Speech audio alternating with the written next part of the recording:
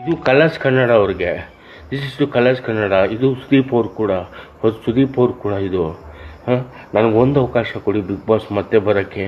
ಖಂಡಿತ ನಾನು ಅದು ಉಳಿಸ್ಕೊತೀನಿ. ಯಾವುದೇ ಥರ ಗಲಾಟೆ ಮಾಡಲ್ಲ. ನಾನು ಎಲ್ಲ ಟಾಸ್ಕ್ಗಳು ಮಾಡ್ತೀನಿ. ನನಗೊಂದು ಅವಕಾಶ ಕೊಡಿ ಬಿಗ್ ಬಾಸ್ ಬರೋಕ್ಕೆ. ಒಂದು ದಿನಕ್ಕೆ ಕರೆದು ನಾನು ಬರ್ತೀನಿ, ಒಂದು ವಾರ ಕರೆದು ಬರ್ತೀನಿ, ಅಥವಾ ಫುಲ್ ಇರೋದಕ್ಕೆ ಕರೆದು ನಾನು ಬರ್ತೀನಿ, ಅಥವಾ ನೀವು ಫಿನಾಲೆಗೆ ಕರೆದು ನಾನು ಬರ್ತೀನಿ. ಒಟ್ಟಾಗಿ ನಾನು ಕರೀರಿ. ಯಾಕಂದರೆ ಎಲ್ಲರೂ ಈಗ ನನ್ನ ಬಿಗ್ ಬಾಸ್ ಹುಚ್ಚ ವೆಂಕಟ್ ಅಂತ ಇರ್ತಾರೆ. ಈ ಬಿಗ್ ಬಾಸ್ ಬಂದಿದ್ದ ಟೈಮಲ್ಲಿ ಎಲ್ಲ ನನ್ನ ನೀವು ಹೋಗಲ್ಲ ಅಂತಾರೆ. ನನಗೆ ಒಂದು ಅವಕಾಶ ಕೊಡಿ. ನಾನು ಯಾವುದೇ ಥರ ಗಲಾಟೆ ಮಾಡಲ್ಲ. ಸುದೀಪ್ ಅವರೇ, ಇದು ರಿಕ್ವೆಸ್ಟು. ಒಂದು ಅವಕಾಶ ನೀವು ಮನ್ಸು ಮಾಡಿದ್ರೆ ಆಗುತ್ತೆ. ಒಂದು ಅವಕಾಶ ಕೊಡಿ ಅಂತ ಹೇಳ್ತಾ bye from you fighting and firing star Huccha Venkat. ಒಂದು ಅವಕಾಶ, ಒಂದು ದಿನ ಆಗಲಿ, ಒಂದು ವಾರ ಆಗಲಿ, ಅಥವಾ ಫುಲ್ ಆಗಲಿ, ಅಥವಾ ಫಿನಾಲೆ ಕರೀರಿ ಅಂತ ಹೇಳ್ತಾ bye from you fighting and firing star Huccha Venkat. ಇದು ಒಂದು ರಿಕ್ವೆಸ್ಟ್. ಸ್ನೇಹಿತರೆ, ಮನುಷ್ಯನ ಪರಿಸ್ಥಿತಿ ನೋಡಿ ಹೆಂಗ್ ಬದಲಾಗುತ್ತೆ. ಅದಕ್ಕೆ ದೊಡ್ಡವ್ರು ಹೇಳೋದು ಇವತ್ತಿದ್ದಂಗೆ ನಾಳೆ ಇರಲ್ಲ ಅಂತ ಹೇಳಿ. ಅದಕ್ಕೆ ಇದ್ದಾಗ ಮೆರಿಬಾರ್ದು, ಇಲ್ಲದೆ ಇದ್ದಾಗ ಕೊರಗಬಾರ್ದು ಅಂತಾರಲ್ಲ.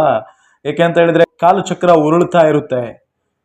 ಈಗ ಇದ್ದವನು ನಾಳೆ ಸೋಲ್ತಾನೆ, ಈಗ ಸೋತವನು ನಾಳೆ ಗೆಲ್ತಾನೆ. ಹಾಗಾಗಿ ಯಾವಾಗಲೂ ಕೂಡ ಒಂದೇ ತೆರನಾಗಿರಬೇಕು.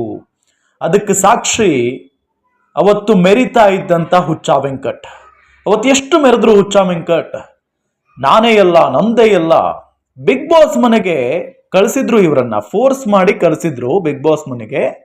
ಆ ರಿಯಾಲಿಟಿ ಶೋನಲ್ಲಿ ಬೇಕಾಬಿಟ್ಟೆ ಮಾತನಾಡೋದು, ಅಲ್ಲಿದ್ದಂಥ ಕಂಟೆಸ್ಟೆಂಟ್ ಅನ್ನ ಹೊಡೆಯೋದು, ಯಾವ ರೀತಿಯಾಗಿ ಹೊಡೆದ್ರು, ಬಾಯಿಗೆ ಬಂದಾಗ ಮಾತನಾಡೋದು. ಸುದೀಪ್ ಅವ್ರಿಗೆ ಏಕವಚನದಲ್ಲ ಮಾತನಾಡಿದ್ರು. ಅದೆಲ್ಲ ಆದ್ಮೇಲೆ ಜಗಳ ಆಡಿ ಅವರನ್ನ ಹೊರಗಡೆ ಕಳಿಸಿದ್ರು. ಅದಾದ ನಂತರ ಅವರ ಜೀವನ ಏನಾಯ್ತು ಏನು ಎಲ್ಲರಿಗೂ ಗೊತ್ತಿರುವಂತಹ ವಿಚಾರ. ಆದ್ರೆ ಇವತ್ತು ಒಂದು ವಿಡಿಯೋ ಮಾಡಿದ್ದಾರೆ ಹುಚ್ಚ ವೆಂಕಟ್, ನೀವು ಈಗಾಗಲೇ ನೋಡಿದ್ರಿ. ಪರಿಪರಿಯಾಗಿ ಬೇಡ್ಕೊಳ್ತಾ ಇದ್ದಾರೆ ಬಿಗ್ ಬಾಸ್ನವರಿಗೆ ಮತ್ತು ಕಲರ್ಸ್ ಕನ್ನಡದವರಿಗೆ, ಜೊತೆಗೆ ಸುದೀಪ್ ಅವ್ರಿಗೆ. ಸುದೀಪ್ ಅವರೇ, ಕಲರ್ಸ್ ಕನ್ನಡದವರೇ, ನನ್ನನ್ನು ದಯವಿಟ್ಟು ಕರ್ಕೊಳ್ಳಿ, ದಯವಿಟ್ಟು ಬಿಗ್ ಬಾಸ್ಗೆ ಕರ್ಕೊಳ್ಳಿ ಅಂತ ಹೇಳಿ ಪರಿಪರಿಯಾಗಿ ಬೇಡ್ಕೊಳ್ತಾ ಇದ್ದಾರೆ ಇದೇ ಹುಚ್ಚ ವೆಂಕಟ್ ಅವರು. ಹಾಗಾಗಿನೇ ಕಾಲಚಕ್ರ ಯಾವತ್ತೂ ಕೂಡ ಒಂದೇ ತೆರನಾಗಿರಲ್ಲ, ಬದಲಾಗ್ತಾ ಇರುತ್ತೆ, ತಿರುಗ್ತಾ ಇರುತ್ತೆ.